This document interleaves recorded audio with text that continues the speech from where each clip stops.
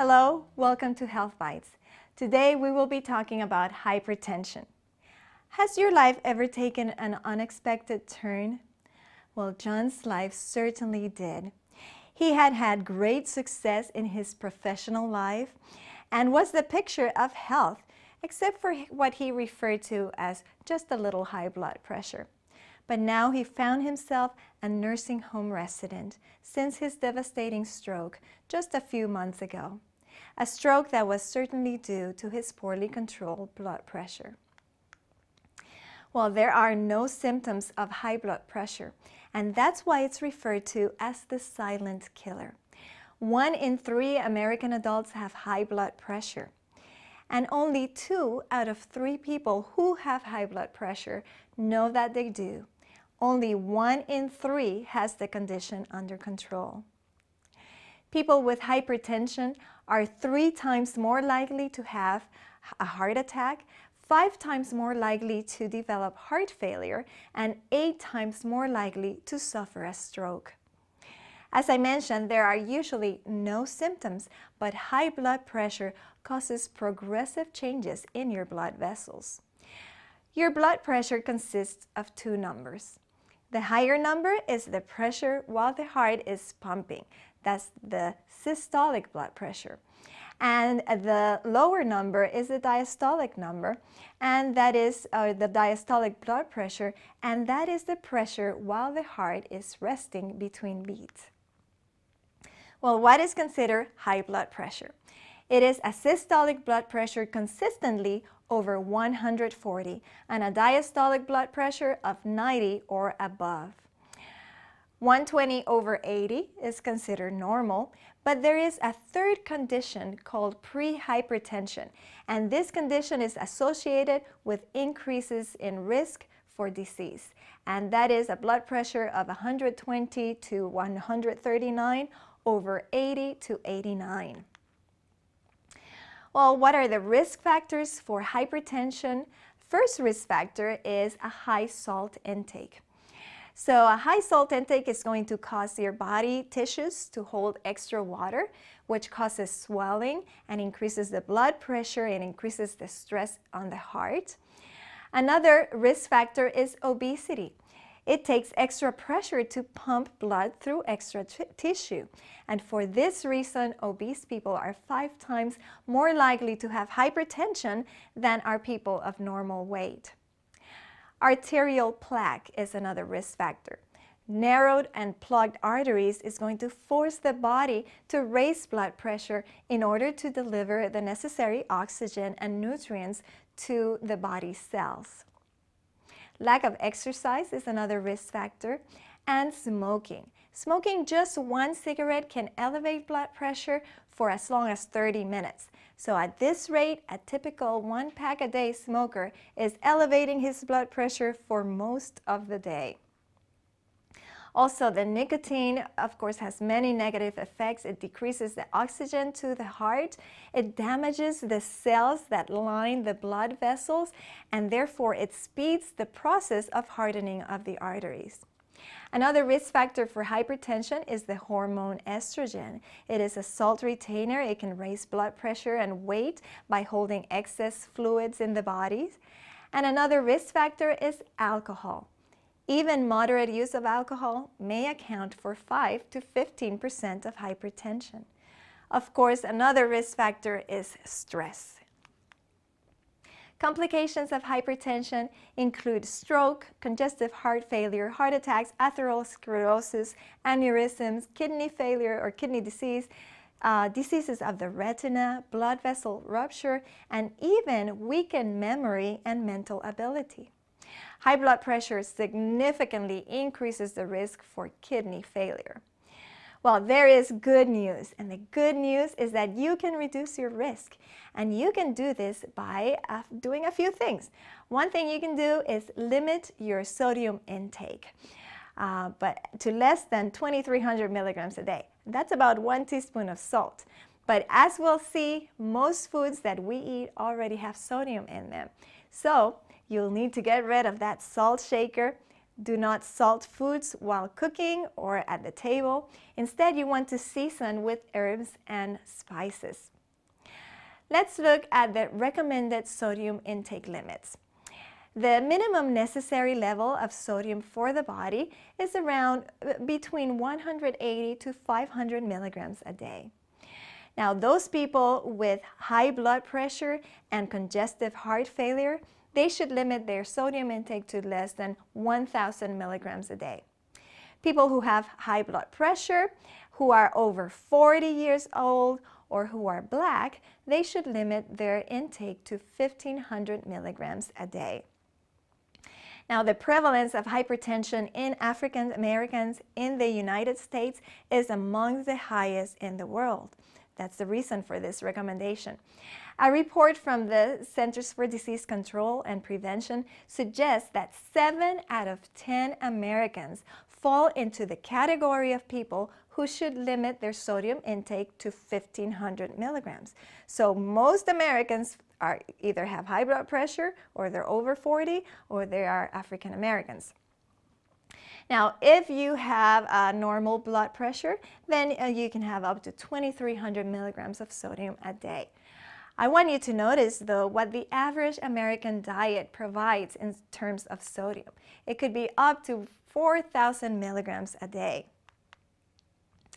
Well, we should also avoid salty foods and snacks, foods preserved in brine, condiments high in salt, commercially baked foods, fast foods, and processed foods.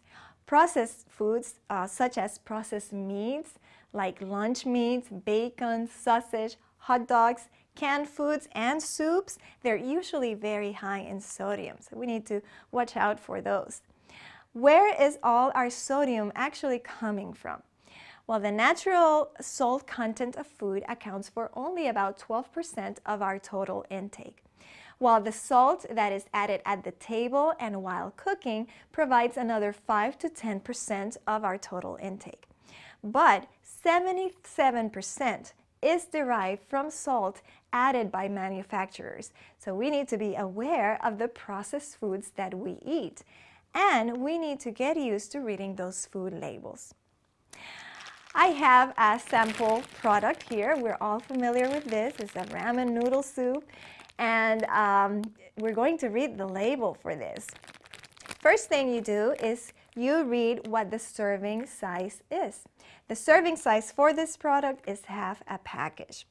And all of the information that follows in that food label is based on that one serving size. So we're going to look at the sodium content. It says that it has 820 milligrams of sodium in one serving. But let's be honest, how many people are going to just eat half a package? Most of us are going to eat the whole thing. So if we eat the whole package, we would be eating 2 servings. So we would have to double the amount of sodium. So we would be eating over 1,600 milligrams of sodium in just this package. So we need to read the food labels, especially the sodium content when we're talking about hypertension. And we need to, another thing we can do is maintain a normal weight. You know, weight loss is one of the most effective non-drug treatments for hypertension. We want to get regular physical activity, at least 30 minutes a day on most days of the week, and also avoid alcohol and caffeine. 1 cup of coffee per day, or the equivalent in cola drinks, may raise blood pressure 5 to 6 points, and just 1 ounce or 2 of alcohol per day is all that is necessary to cause significant hypertension. Of course, you want to also stop smoking. What else can you do? You can eat a diet that's very low in fat and high in fiber. Eat lots of fruits and vegetables. Fresh fruits and vegetables are also going to increase your potassium level, which helps to lower blood pressure. So low potassium is just as bad as high sodium when it comes to hypertension. Also consider that as foods are processed, usually the sodium content increases and the potassium content decreases. Foods that are high in calcium content can also significantly lower blood pressure.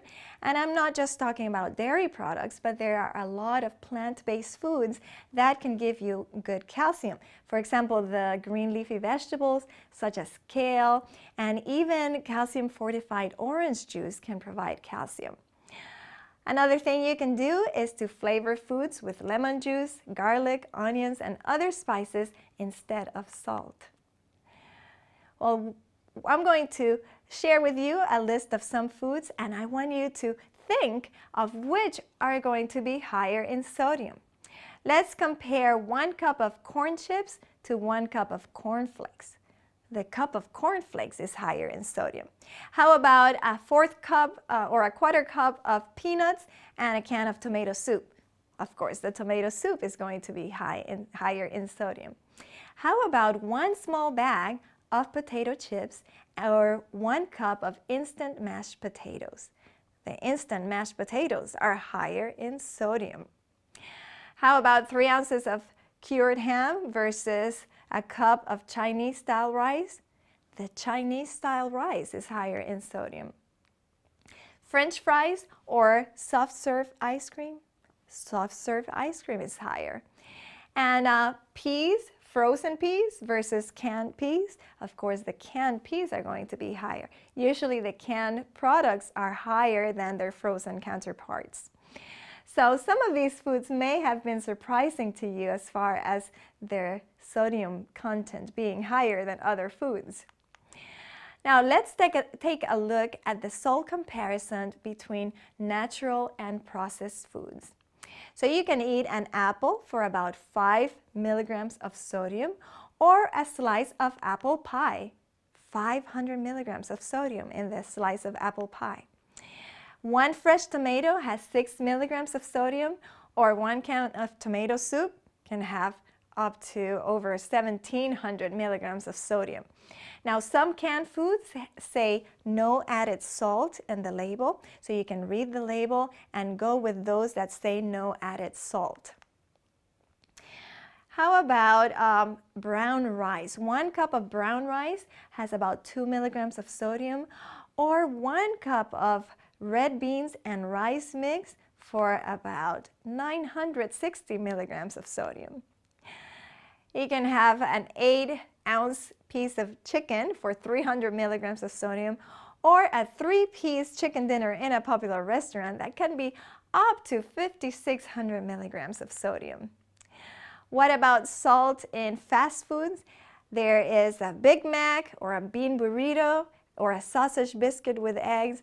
All of them have over 1,000 milligrams of sodium.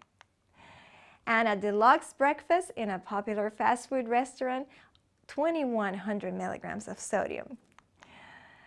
Well, what is there left to eat?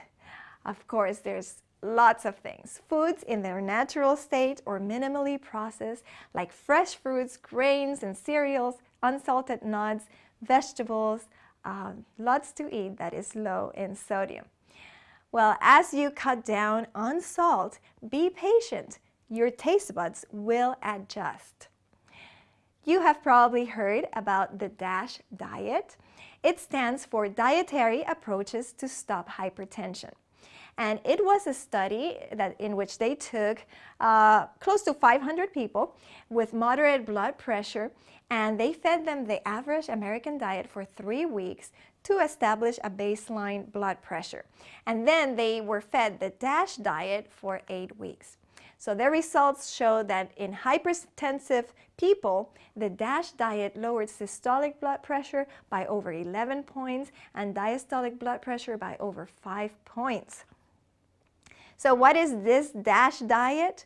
Well, it's basically a low cholesterol, low saturated fat, and low in total fat diet.